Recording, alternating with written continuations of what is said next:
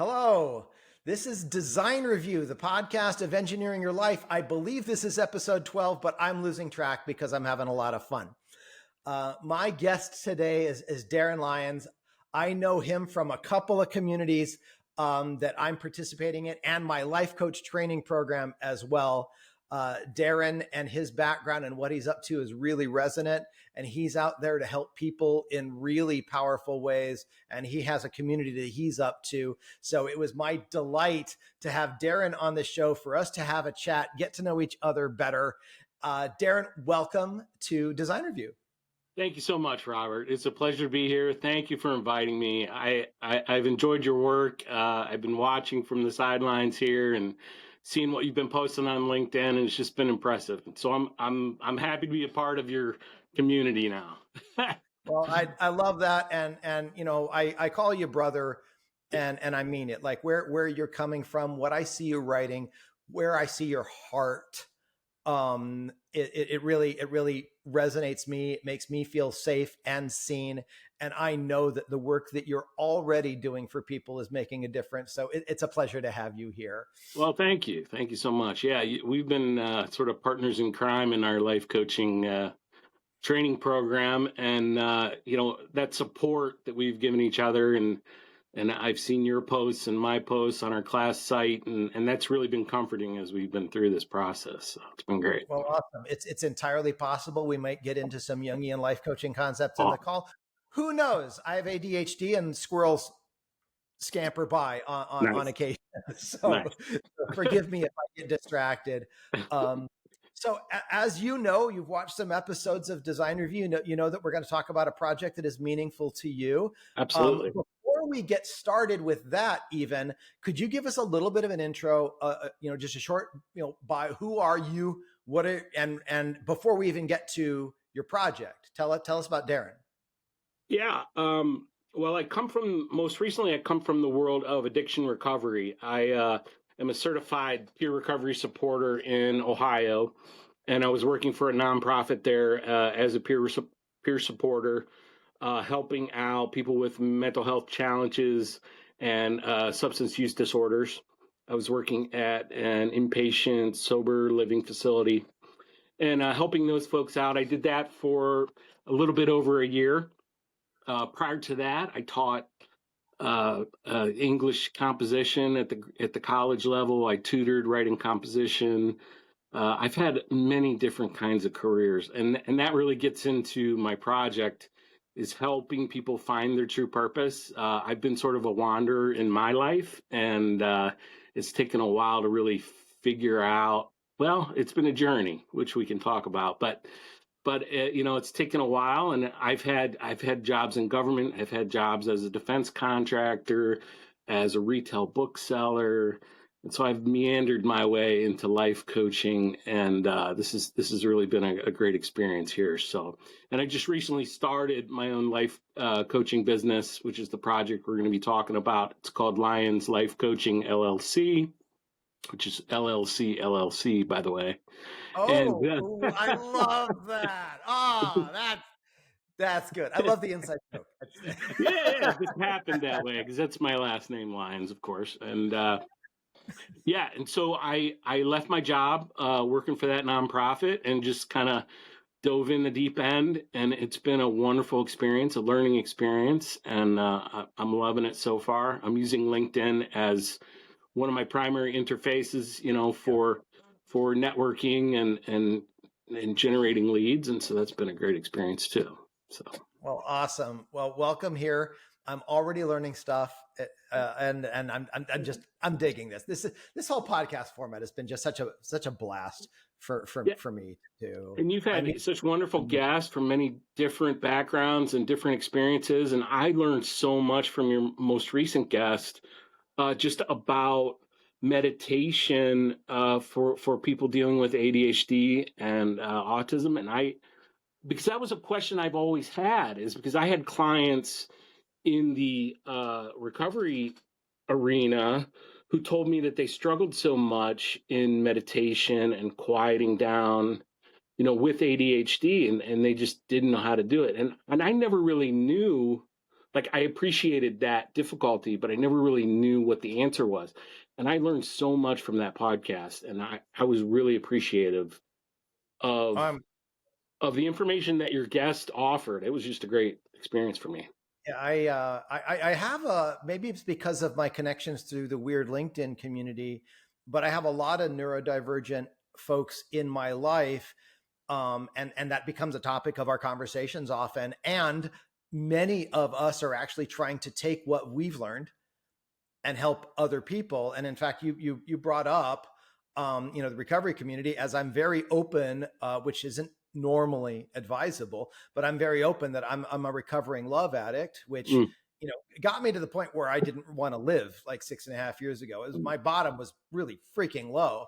And so I announced inside of our community, which I do want to mention on here anyways, like the CreativeMind University Jungian Life Coach program is the bomb. And one of the reasons it is so powerful is because of the people, the 18 people in our program are freaking amazing. And you're one of them. And so it's just a privilege, and I debated when I looked for life coaching programs. A lot of us looked and surveyed what was out there, and there were other alternatives. There were other much less expensive alternatives out there with less time commitment. But man, I made the right choice. Super happy with the tools. So we may get to those. So before I get too squirreled off into the corner here, so we're talking about your project, which is your business as the project that you want to talk about. I love that.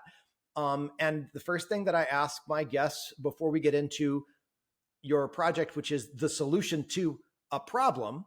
This is design review after all. So what I'd like you to do is kind of help us set up. You gave a little in your intro, kind of help set up with like, okay, what's the problem that LLC is the answer for?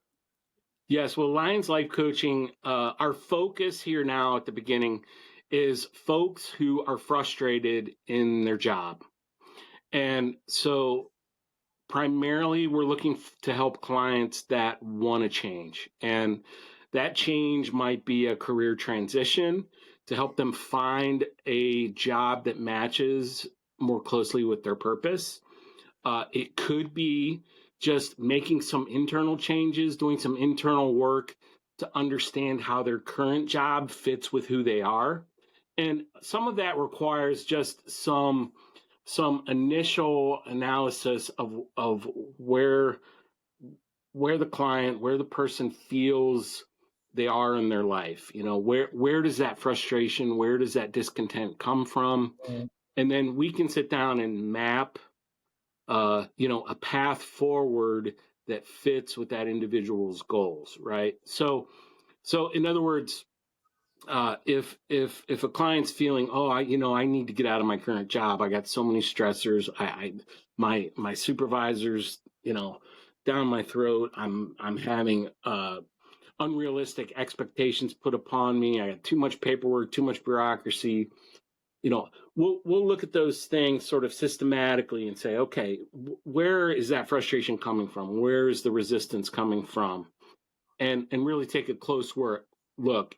Is there a better fit out there, or is there some adjustment that needs to be done in perspective or in perception? And that's so what I do in my life coaching is it's a collaboration between myself and the client to sort of come up with a roadmap to that higher purpose and enable the client to reach their higher potential. Okay. Well, that's awesome. And I'm going to keep poking at you a bit here, because that's the why about why your clients find you. Now I'd like the why where founding the business is the answer. So what was the why? And you touched on this, but I'm going to give you a chance to get a little bit clearer about it, because forming the business and the business itself is the project. So I'm interested in what had you say, I want to go create a life coaching business. It's a perfect question. So the answer is, this is a transformation that I've been going through for the past, let's say, well, it's been a lifelong journey, really. I mean, Yeah. I'm in recovery myself from alcoholism, Hmm. and I battled my disease of alcoholism, for 20 years, until, over the past 3 years, I really finally got a handle on what I needed, and that was inner work. That was to stop blaming my external circumstances for the pain that was occurring in my life. That's a And common thing to do. yeah, yeah, yeah. And for someone who likes to take ownership, like myself, I like to take ownership of my problems, right? And I like to think that I can figure my way out of any situation. And so for 20 years I thought, I'm a smart guy, right? I can figure my way out of this problem, right? And what I had to do was let go of that mindset and realize that logic and cognitive skills and rationality can only take me so far. I need to use a different set of tools in order to defeat this, in order to change the way I need to change. And so that required, a spiritual dimension, an emotional dimension, a you know a psychological dimension that went beyond the rational. It had to do with creativity and intuition and felt emotions and those sorts of things, all the things that we're looking at closely in our program. It's a more holistic view of wellness, and it took me a long time to really figure that out. I'm 50 years old, and once the light bulb came on, and I'm not saying it snapped on like this. It took, it was over the course of a year, and I'm still working on it. Um, but it's the kind of transformation that once it occurs, you want to shout it from the rooftops. I imagine you can relate to that kind of idea, Oh right? yeah, well, that's part of my. We overlap a bit. Just my issue was, instead of 20 years of suffering from alcohol dependency, mine was 45 years of progressively darker dependence on validation and attention and people and romance and love and sex and all the things that kind of that the world tells you are normal. Like the world tells you that drinking alcohol is what you do, right? Right, right, absolutely. So It's how so you when I celebrate. started, so when I started to feel 180-degree difference in the way that I live my life, the way that I saw things, like I wanted people to know about this, and I wanted to help people go through the transformation that I experienced. And Yeah, so so I became a peer recovery supporter, right. and I Yeah, was doing it in that role in the recovery sphere. But then I started to experience some of the things I was describing about being in an environment where I didn't feel I could most freely work with clients on their issues. And so I felt creating a business on my own where I'm the boss in the life coaching sphere, where we have a lot of freedom in how we work with clients, and we can meet clients where they're at and approach what yeah. they need in very creative ways without a lot of bureaucratic and regulatory barriers, that we can really stretch our creative muscles and work and help clients the way they need it. Does that answer your question? Yeah, that's lovely, and in fact, it's probably worthwhile to have a little bit of a snippet about what led you to the training that you're getting now, while we're at it, because it seems to be a part. It's certainly become a huge part of my picture. I didn't even know it yet, because well, like you, all right, like you, I've been in recovery in my case for 6.5 years, um, and my low point was not fun, and my first few years were just learning how to survive, just learning how to like be able to function at a level that I considered okay on my job. Granted, I'm a perfectionist, which a lot of us are. And I used to think that was actually like a character trait that was a plus, right? Right. I didn't know it was a coping mechanism, and a real nasty one at that. I didn't know it was a quote unquote defective character either. But as I got healthier, I started off thinking, okay, I'm supposed to help other men that have been survivors of childhood sexual abuse, and I do that. But the term I use now is like those were table stakes. Mm-hmm. Those got me in the game. Yeah. And I do help. I sponsor. I do that work. But as I grew, I started to step 12, I started to apply these principles in my life. So, Right. and I apply them at work. So I become really a champion for people and creativity and unleashing the creativity within the corporate community. In my case, I had a real passion for innovation culture, like unstoppable need to support this. And I did. Oh my gosh. Yes. And then I thought that's what I was going to do in retirement. It turns out that I do have that passion. I may do that work, Right. but it evolved. I looked at life coaching as a way to get credentialed and trained to support that corporate work. And people do that. People absolutely do that. And then I got to the point where I'd saved enough money to survive. So I don't technically need to work, which, I just don't take vacations if I don't earn more. So right now it's lean times, but I can survive. I don't have to work. That's helpful. And then I started going through, a lot of grief. And so my life changed a lot last year.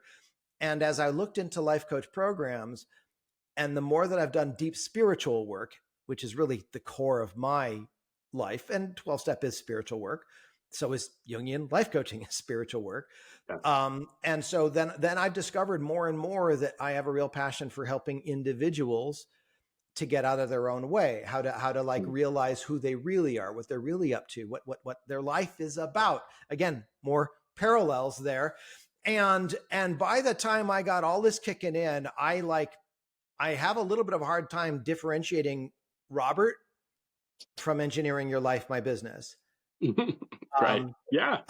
It's a bit of a challenge, but the thing is, I am passionately, enthusiastically driven to do this work. It lights me up. It feeds my soul. It's wonderful. Yeah. To help people. And so yes. It's absolutely. Because you have to. Yeah. Well, I'm coming to learn that when one is pursuing their passion and is involved with their purpose, it becomes who you are, right? So there is no separation between what you do and who you are, because it's so aligned, and you can have what you do include self-care. Sure. I'm absolutely. A strong advocate for that. Absolutely. Yes. Especially for this kind of work. Yes. We need to have our cups filled before we get in front of somebody. Yeah. Oh, absolutely. Yeah. 100%. I mean, and that's otherwise I'm going to take my problems, project them onto my client, and I'm going to solve my issues through them. That's transference, I believe, in the psychological terms. That's right. That's right. Transference. Yeah. And that's consistent in the recovery realm as well. And balance is a huge part of what I advocate in everything. If I'm one of extremes too, and I noticed in your last podcast you mentioned at many points in your life you were on a scale of 1 to 10, you were operating either at a 1 or 2 or a 9 or 10, right? And very rarely were you. Yeah, and I can relate to that. I think for me, I was mostly at a 1 and a 2, and in order to numb that, just depression and sadness and lack of will to do anything, especially live, I used the substance alcohol to just numb that, right, for so long, and I just wanted to take myself out. I felt that euphoria for a time until the side effects of too much poison starts to make things not work anymore. Yeah, well, one of the expressions I hear is it works till it doesn't. Yeah, exactly. That's exactly true. And so I think so to go to one of your questions, which was, what what is it about the change that is so important that I share is partially that, beyond what I had been doing is the idea that you know in the addiction realm, once a person gets, stops the addiction, deals with the physical dependence upon whatever that is, get through that stage, and then you work a program, whether it's a 12-step program or some kind of clinical therapy, or some sort of program to get you through that first phase, and you start then to feel like a regular human being again. Then you start having normal people problems, right? But I but they're but that doesn't mean that they're any less, right? It's all those things that we learn about in our program, about the conditioned behavior that we've grown up with just by being a human being, right? As we grow, we develop an ego that protects us from perceived dangers, and we start developing conditioned behaviors that no longer serve us when we get to a certain age. Once we're adults and we're relatively safe, we still behave in ways that are not constructive for us, and so it becomes a problem for everyone, right? It's not just confined to a certain Absolutely. segment, a group of people. And so that's sort of aligned with what I'm trying to do now, is Right. reach people who are just not satisfied with their life, and and and they just need some help recognizing that there's a different way to live, and it's simple, but it can be difficult to take that first Well, yeah. shift of perception. Well, and I didn't get to where I am alone. I didn't even get to where I am. I mean, program was incredibly helpful, like insanely helpful. So is my spiritual institution. But like I personally have like half a dozen coaches. Yeah. Oh, You know, yeah. I Yeah. and I pay Yeah. well for Yeah. really good people. Yeah. And I always will. I'm never gonna be without one. I've got like Absolutely. I have things available to me now I didn't know existed 6 months ago. Absolutely. Absolutely. And so like it's incredibly helpful to have an objective person in your corner 100%. that can see you more clearly than you can see yourself, because That's right. we don't see ourselves very well at all, but we see others pretty decently. They Yeah. call that hypocrisy, but I think it's just being human. That's right. Yeah. Hypocrisy. You also, we have a little bit of a strain in society where if you change, that's a sign of weakness, right? That you Yeah. don't have convictions or something, right? And that's one thing I am trying to get the message out on my social media, is that like change is a fundamental quality of human beings. I mean, to be able to adapt to what's happening around you is something that's innate to human beings, right? And so to be able to change your mind or become stronger when the situation requires it, I mean, Well, yeah. that's a tremendous quality, right? Well, I think it would be really nice if people were more open to being able to change their minds these days. Right. Yeah. Yeah. Absolutely. It just Enough said. might help some of the polarization and conflict that's That's right. coming from the extremism of life, which is another podcast episode, I'm sure. Yeah. That's right. That's right. And to offer acceptance and mercy and forgiveness to anyone who says, I was wrong, I made a mistake, and now, I'm going to change my ways. I mean, and that's another good quality of human beings, right? That can allow society to heal from anything, right? I mean, look at South Africa and what Nelson Mandela was able to do Yeah, to bridge some of the pains that happened there, right?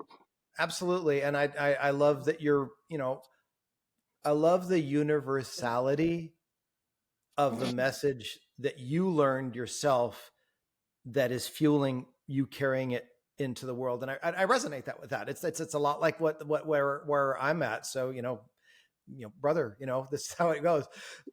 So that's an awesome setup for the why of that such that Lyons Life Coaching. Is it Lyons with an apostrophe S? No apostrophe, because my last name is Darren Lyons, Lyons. So Okay. So it would be yeah. Okay. So Lyons Life Coaching. I get it. I'm right, having the spelling gets it more clear in my head. Now it's more clear for anyone listening to this, which is also a plus. Um, right, so that's the why. Great. And the solution is your journey to becoming a life coach, your creating of your business and all that. That's the project, is the creation of this business and the filling out of that. that's Can right. you give us a couple of things that went really well along the way? And if you're brave, courageous, open enough, things that didn't go so well along the way, what In have you in learned? in setting up that business, or in changing my I'm transformation. gonna give you full license to answer that question however it best serves you. um, I think, well, I like to talk about my transformation because, like, there are some things about it that I don't know how it happened, and that's what makes it so fun. Is like it becomes, that's why I like mindset so much, right? It's once, and I believe that once I had the motivation to change and the realization that I couldn't use just my rational thinking and my logic and my intelligence to solve the problem, and I let go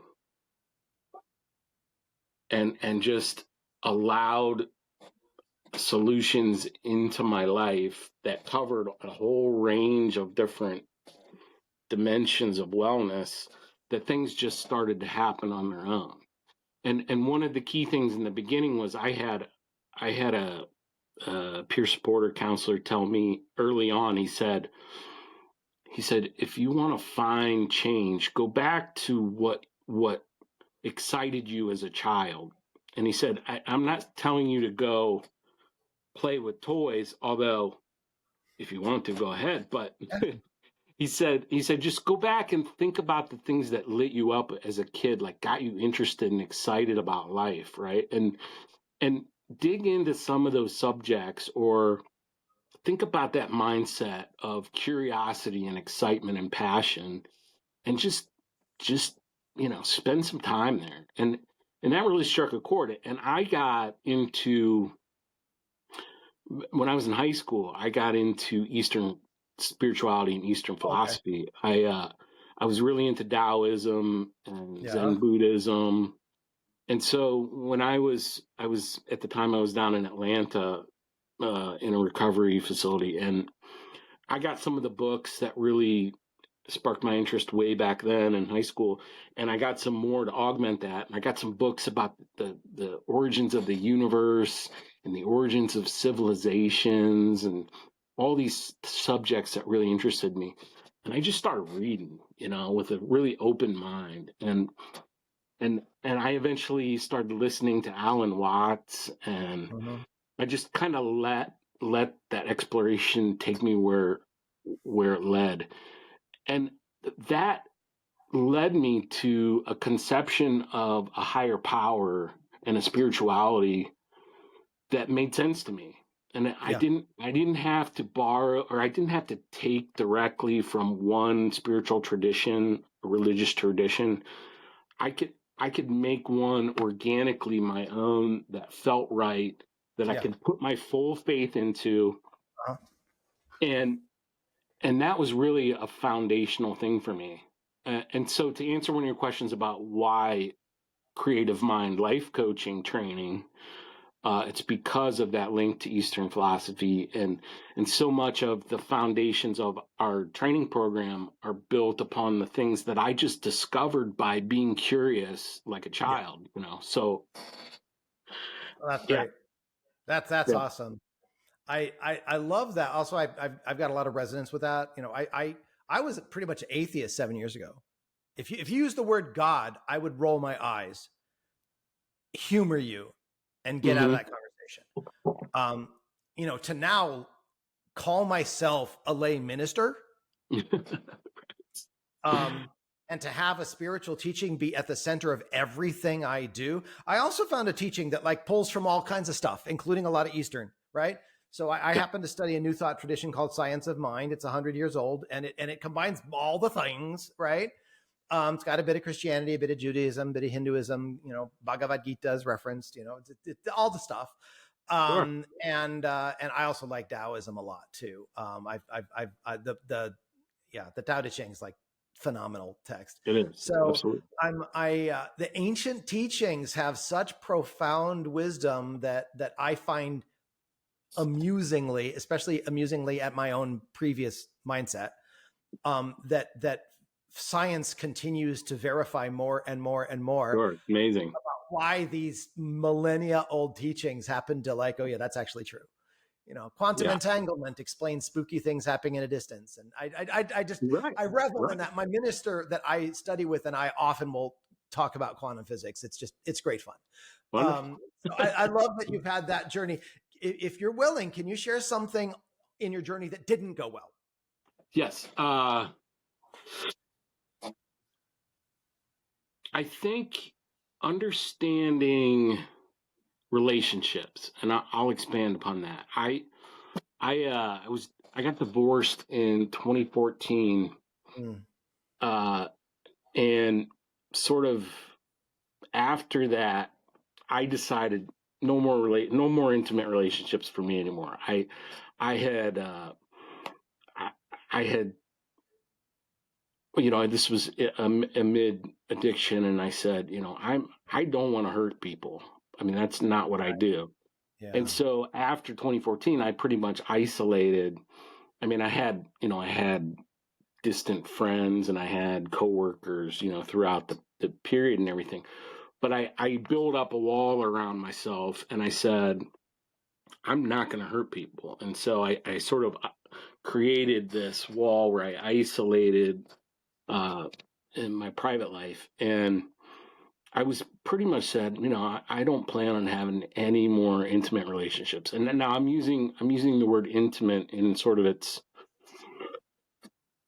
Webster Oxford definition, not to mean sexual relations, but intimacy in terms of the kind of relationship where you know someone so well you're willing to put down your guard, right? So I'm Yeah. going beyond just physical.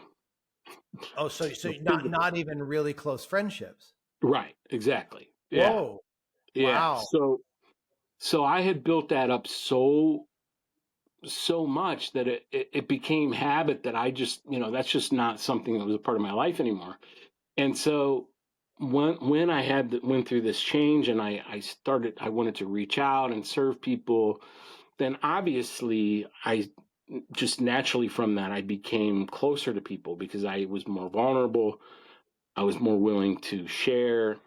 And then so people, so that comes back to you, people will see that and they want to do the same thing. And so, Yeah. so close relationships naturally build. And it was hard for me to know how to take that, right? Like, it was Oh, like, it was just something that was so, like, I hadn't experienced in 10 years. And I was like, I don't know. I don't know how to do this anymore. And so it wow. took some time to really understand how to open up again, how to have healthy boundaries, how to, how that all works. And so Wow. I think, yeah, it took a little time just to adjust to that.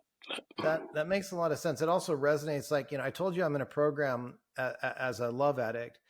And one of the things in money programs, food programs, and love and sometimes sex programs is the answer is not abstinence.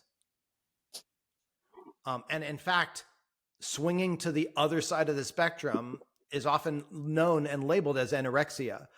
You know, there's social and sexual anorexia, as is their food, as is their financial anorexia. It's a term I use. I used to consider myself a financial bulimic. Actually, it's a whole other ball game, but binge and purge. So it sounds to me like, maybe not even knowing it, that you're like a recovering, love avoidant or anorexic, Sure. and which is a fear-based behavior. Like Yeah. you avoid the potential pain of that. And boy, yeah, the answer to that is also balance and Wow. moderation and Yes. that whole 4 to 6 on the 10-point scale thing. And I congratulate you for coming out of that, because you can't do this work and avoid intimacy. It just doesn't work. Right. Right. Absolutely. But No, you're right. there's still risks. Yeah. Yeah. It's true. But it's worth it, And so I acknowledge that. I mean, I think you're the first person I've talked to outside of my program that has used this kind of language, and I really respect that, and I feel for you, man. Yeah. I feel for you. I've vacillated between the extremes, as often happens. Cool. And I'm also trying to watch the time, which isn't the easiest thing to do, but I think we're doing pretty good. So Great. what's next? What are you looking for? If you're open to clients, who are the, can you say Yeah. as clearly whatever your elevator pitch is for what's your client look like? Or maybe you're looking for collaborations. What are you interested in? People watching this saying, hey, I want to get to know that guy. This is kind of your chance to talk about what's coming up next. Well, as you know, we have been given the skill of facilitating change using a Jungian model, which is a model of helping others who want to change find the change within themselves. So we are facilitators, we're helpers, we're guides, and not so much there to, well, we're definitely not there to give advice or push. It's more of someone who asks the pointed questions to get clients to reach insights on their own, right? And so I'm looking for clients that are motivated to make change in their lives and to reach and to really drive toward their highest potential, to really clarify their purpose and really become high achievers. And I say motivated because I think that's such an important aspect. To a certain extent, I'm a big fan of learning about motivation, and there are internal motivators and there are external motivators to get someone to want to change, right? Yeah. Talk about that. And external motivators are difficult to identify, and a lot of times in our culture, external motivators are negative, right? We say, do this or you're going to lose your job. Do this or you're not going to get paid. Do this or you're grounded, right? From our childhood. Yeah. And those have proven that they don't work. But a lot of times industry companies have not fully grasped the positive external motivator. If you do this, you get a raise. If you do this, nice. that doesn't happen a lot. No, it's often carrot and stick, emphasis on the stick. Right. So to be externally motivated, one has to be open to that. So for example, the example from my life is when I was a child, I wanted to be a politician because I was motivated by people like Martin Luther King and the old speeches of John F. Kennedy, right? But that's because I was open to that. I wanted to be inspired, right? And I was tuned into that. And so when I heard those speeches, I was like, I got chills. I was like, yeah, I want to change the world, right? Yeah. but it started from an openness and a willingness, right? And so internal motivators are really important, but they're hard too. Like in the recovery world, to really get recovery, this is in the training to be a peer supporter, you really have to be ready, willing, and able. Okay. And so able means you have the tools, you know what the resources are, you feel like you have enough confidence that you're the kind of person that can change, right? And that's the kind of thing that someone can help you with, the ability part of it. Yeah. Now, the willingness comes, it's really a self-willingness, right? And in the addiction world, the willingness often comes because you've hit rock bottom, you've lost everything. It's either I'm done with life or I got to do something, right? And then the willingness appears, right? But people who don't reach that rock bottom have to find, the pain that they're going through or the frustration that you're going through has to be significant enough that they're saying, okay, I'm ready. I'm willing to do that. I'm willing to do it, right? I'm willing to go through it. And then the readiness part, that's kind of a mystery for everybody, right? Because readiness is that, okay, this is the specific time I'm going to do it, right? And that's really hard to pinpoint for anybody, even especially in the addiction world where you think somebody thinks they're able, it looks like they're willing, but then all of a sudden one day they up and leave and go out and do, they relapse, and you say, what happened? And they don't even know, right? And then you hear they say, oh, they just weren't ready. Well, sometimes we don't even know what that means, Well, and that can be a variable. Yeah.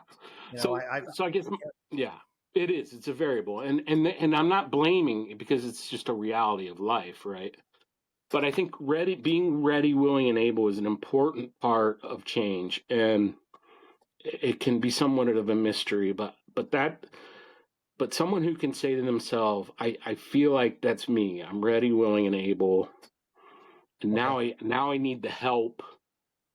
Now I need someone like a foil. I need a Merlin. I need a Obi-Wan. And I like, this is just real quickly. One other thing, one of our classmates told us last week is he reminded me, he said, referencing Joseph Campbell's hero's journey, he said, just keep reminding yourself that every person is the hero in their journey, right?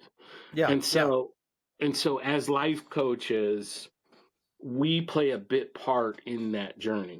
We are, let's say, the mentor or the guide, in that journey. Yeah. And so as we interact with leads, potential clients, we have to remember that, because if it becomes about us, if we start saying, hey, we have all this great skills, we can change the world, they're going to say, who are you? This is about me. And it is. Yeah. It's about them. We're here, to ask the questions, to create opportunity for insight, to provide the space for that to happen, right?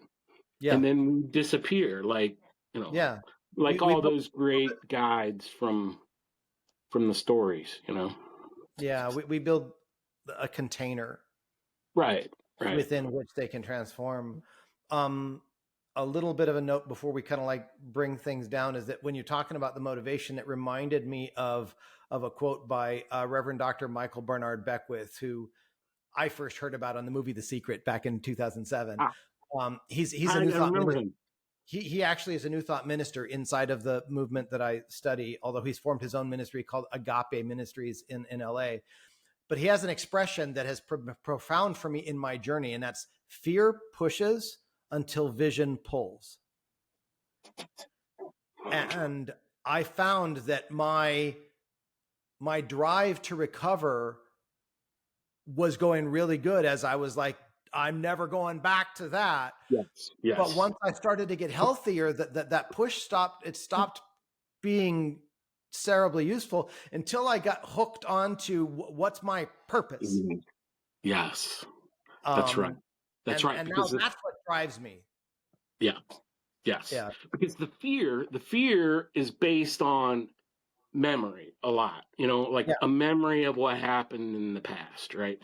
Yeah. And as time creates distance between that memory of pain, it becomes less, and we start to forget about it. Oh, it wasn't that bad, Oh yeah. right? Yeah. Well, yeah. And then you're like, oh, I can go back out and do that thing, because it wasn't Yeah. that bad. Yeah, that's why hope and vision and some kind of purpose is what keeps one motivated to change. Absolutely. Yeah. And it has to be It's the self. same. It can't be for someone else either. I mean, as much as you might love a loved one and you want to change for them, you got to find a self motivator, right? Something for you. Well, and that's something I would imagine that you help support people finding and latching onto and building in your work. Yes. Right. Awesome. Right.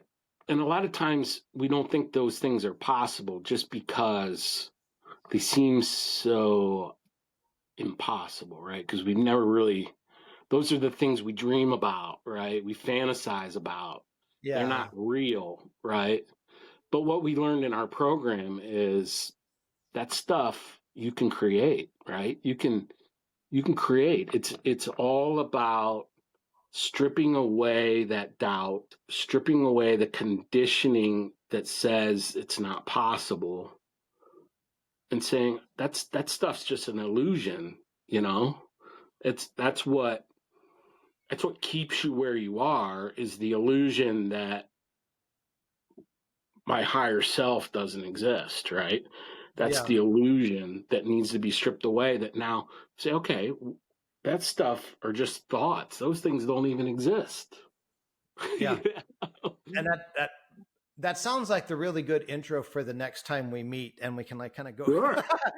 go from there.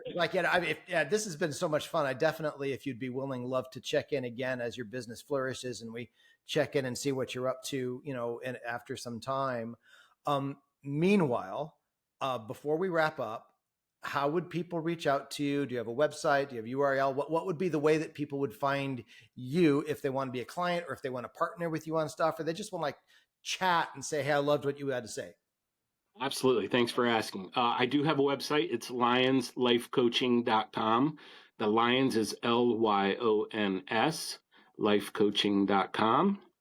And you can go there. You can find all my contact information, email, my social media links are all there. I'm on Facebook. I'm on Instagram. I'm on LinkedIn. I have both business pages and my personal page, Darren Lyons. I'm out there and available. So please contact me. And I love chatting.